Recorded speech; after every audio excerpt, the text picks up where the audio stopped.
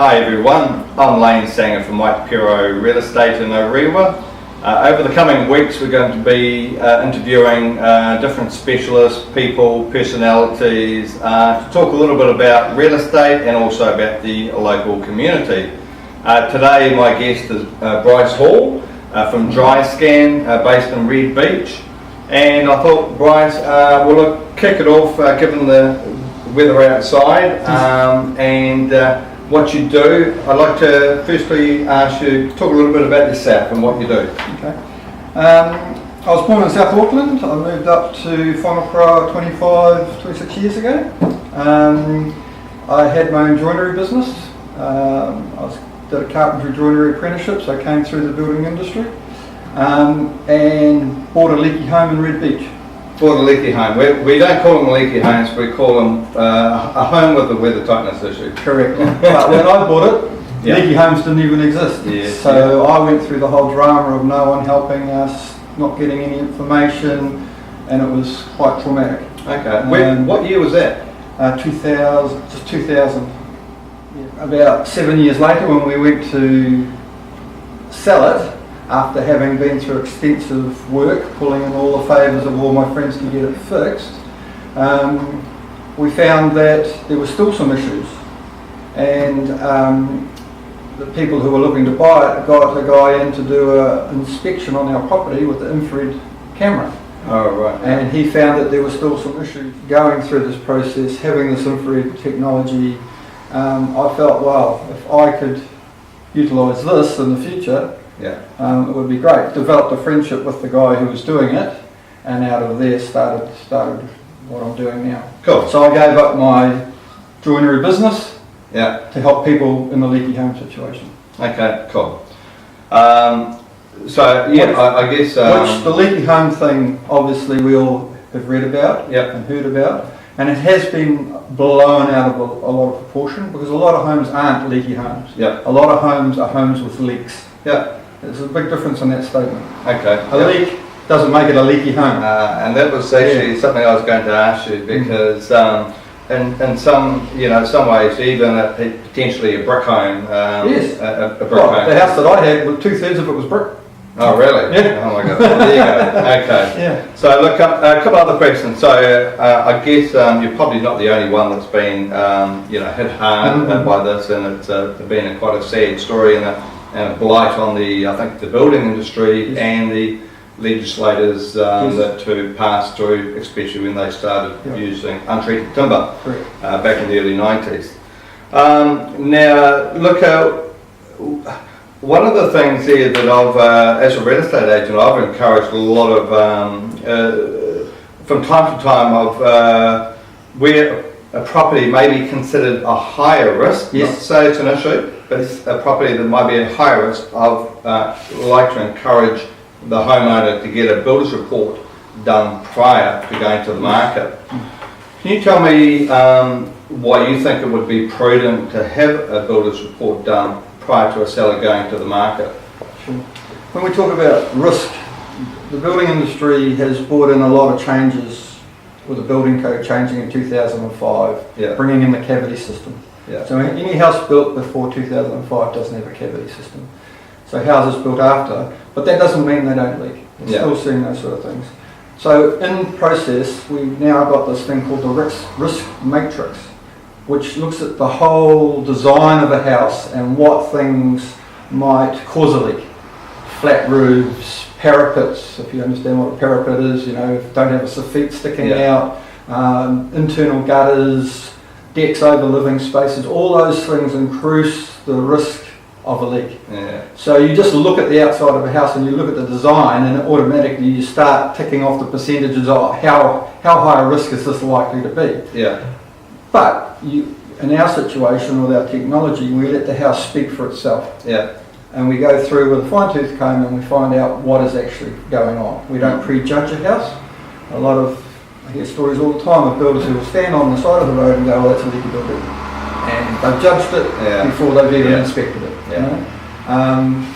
Doesn't mean that it can't be a leaky house in the future. It might not have any issues now. Maintenance. All houses have to have maintenance, and that was one of the biggest things with people who bought plaster houses. They thought Yes. that they were maintenance free. Yeah. That, oh, we don't have to paint them, you know, we don't have to keep the seals around the aluminium windows up to date. Yeah. Seals around pipes. Just basic maintenance Yeah. is important. So the only thing that waterproofs plaster is paint. Yep. So that's So your, therefore you've got to keep it up. so that's your primary force, I guess, protection against the That's your against the waterproof. elements. That's Yep. your waterproofing. Cool. membrane, Yep. Cool. And I think it's no different. I mean, I have a cedar home, and we actually restain that about every 3 years. Yep. I think when it comes to monolithic homes or insul clad homes, those type of homes there, Yep. I think best practice is recommended about every 5 to 7 years. Is that correct? Yeah, the manufacturer's recommendations is 5 to 7 Yep. years. With these new membrane paints, they give you 10 years. Okay. Because okay. they've got more Yeah. stretchability and they Yeah. sort of compensate for cracking and things Yeah. like that. But they are a 3-coat system. So Ah, it has right. to be applied correctly, and if it is applied correctly, Dulux and those sort of companies will actually put a warranty on the paint Yes, yeah. system, Yeah. you know, so if it's applied correctly. That's why we were talking about pre-sale inspections. Why would you do a pre-sale inspection? Yeah. Why pay for a pre-sale inspection? Well, That's where we're coming back. that's where we're coming back. I am going to grab a coffee. yeah. So a pre-sale inspection, I feel, is important for 2 reasons. Number one, it makes your job easy Yep. because you're going to go to the market with a clean slate, Yep. and any buyers are looking. They don't want to be doing maintenance. They don't want to be having issues, you know. Yeah. Yeah. And the other side of that coin is banks are so tight now. Yep. Bank finance is a big issue, Yeah. and they are looking for any excuse not to. So houses with issues, Yeah. they will pounce on Yeah. and just cross them off the list. You know? Yeah. So therefore, it's best to find out what's going on with your house, address it before you go to the market. Yeah. The last thing you want is to go to the market, find out that get somebody like me to come along and do a building inspection. Say, oh, you've got a leak. So Yeah. while you've got it on the market, you've got to turn around and do remedial work. Yep. Immediately you've got the stigma that, oh, the house has got an issue, you know, so you don't want that. You Yeah. want to deal with it before you go to the market. It's not that you're hiding something, it's just that you're dealing with it. Yeah. It's like selling a car. You don't sell a car with bad brakes when you're trying to sell a car. Mm. You know, it's the same thing. repair it. It's just repair, it's Yeah. remedial maintenance. You're Yeah. allowed, you have to do remedial maintenance to houses. Are major issues found, then you need to know and you need to address it, because with disclosure statements and things Yeah. like that, you need to get those things addressed. Yeah. Now, look, some sound advice there. Okay, so one of the questions there, that I've got here is you've done. Well, how long have you been doing? Coming up 10 years now. Yep. Okay. So you've done naturally hundreds and hundreds of building inspection reports. Yep. What seems to be the main reason why purchasers pull out of a deal because of a bad builder's report? Now, you probably don't actually. You just do the report, and often you Yeah. don't actually Yeah. hear what happens after it. But from what you're aware of, what do you see that I guess is the main reason, and what was it an easily preventable thing that perhaps a stitch in time could save 9, or or if they'd done a builder's report first? You take out the human nature factor where people change their minds, right? Yep. People will go cold on a deal, but we understand that.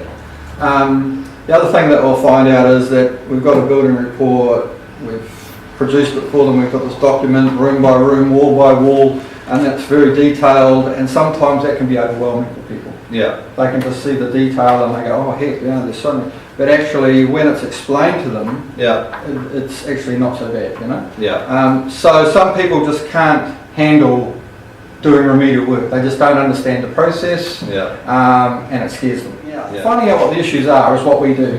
You get a lot of building inspectors who will just do an inspection and they'll say, oh, there's a leak in that corner over there, and then they'll walk away. Yes. And they don't even give you the detail around what it is. Right, They'll say, oh, there's a high moisture reading, but they won't even put the moisture reading in the report. Mm. Because a lot of the time they're using different moisture meters. There's a lot of moisture. You can buy anything off the internet these days. Yeah. Yeah. We use New Zealand standard Carroll & Carroll moisture meters that give a electrical impulse. You put it on the wall, you get a moisture reading. Yeah. It's giving an impulse across a wide area, gives an electrical impulse into the wall. It's a non-invasive, you're not poking holes in anything. Yeah. It It's an indication, it's a very good indication of what's going on. Yeah. We also have the invasive ones with the prongs, and we can do all that, and we can do invasive testing where we cut holes and do, if it's deemed necessary. Yeah. But first instance, this is if you get a moisture reading between 10 and 15%, that's Yeah. New Zealand standards, Yeah.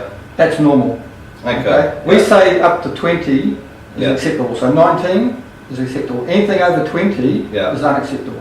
Right. Okay. That's New Zealand standard moisture reading. Yeah. That's just. And that's if it's just- over 20, is that a direct result from a maintenance issue? Well, it's obviously there's moisture. There's something going on. Something going on, Okay. moisture ingress, you know. Yeah, yeah. Sometimes it's an internal wall, it could be a shower. Okay. Or a plumbing fitting, Yeah. or something like that. But Gotcha. but on external walls, it's usually Okay. around a window or a pipe fitting, Yeah. or it's coming from a roof or a gutter or something like that. Yeah. And then with the infrared camera, Yep.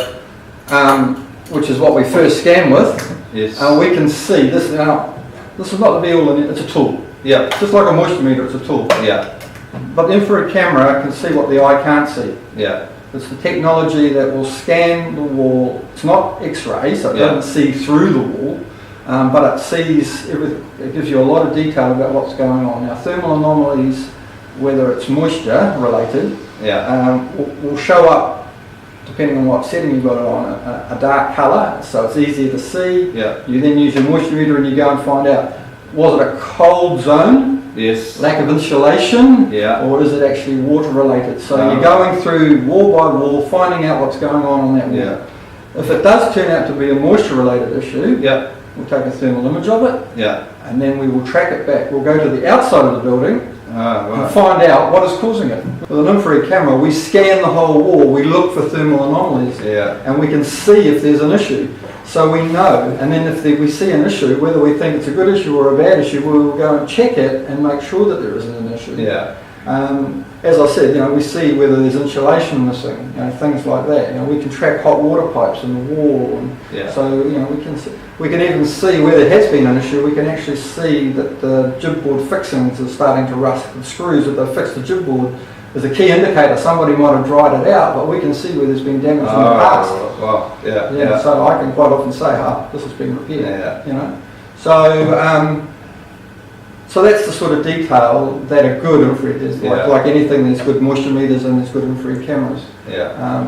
There's- So I'm going to summarise on a couple of things. So I guess what I take out of that is that it would be prudent for homeowners that may have a high risk home Yes. to get a report done, a thorough report done before going to the market. Yes. But that's not to say that as a buyer you should rely, and in your case you got burnt. So please buyers, if you're still please use your own, get your own independent report done, because I think as Bryce just pointed out, something may have been missed by the previous building inspector. Houses are an emotional investment.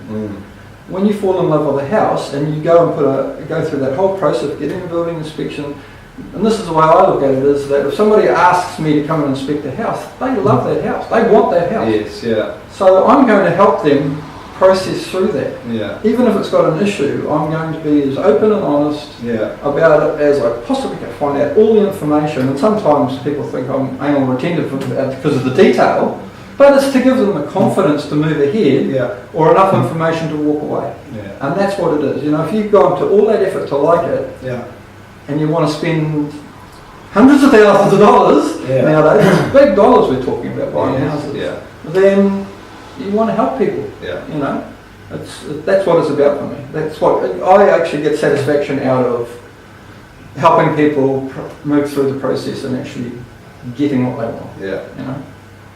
Cool. Hey, look, Bryce, thank you very much for coming to our Realty TV. New thing. So, look, thank you very much.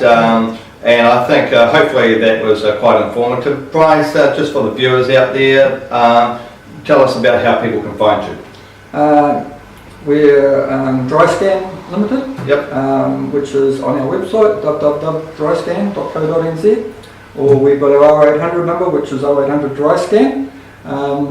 And look us up, and we've got a little video on our website about our report systems and things like that. Yep. And give us a call and have a chat if you want any more information. Look, just to finish off, I've known Brian throughout the years among many other building inspectors on the Hibiscus coast and in the Auckland region. So on that note, thank you very much, Bryce. Next, in the coming weeks, we've got other specialist personalities that will be linked to real estate in some form or another. So here's your chance to put some requests on your Facebook if you want to see somebody in particular or want to see a type of category, whether it's like an accountant, whether it's like an actual builder, or whoever it may be. So please send your requests in and we'll do our best to get those people in due course. Don't forget to, if you like what you've seen, don't forget to hit the like button and share. What was that? Oh, and share. And share. Yeah, like and share. Yeah, and share. Anyway, so don't forget to. So to summarise, well, I've already summarised. Don't forget to like and share if you've seen what you've liked today. Thank you very much, and we'll see you next time.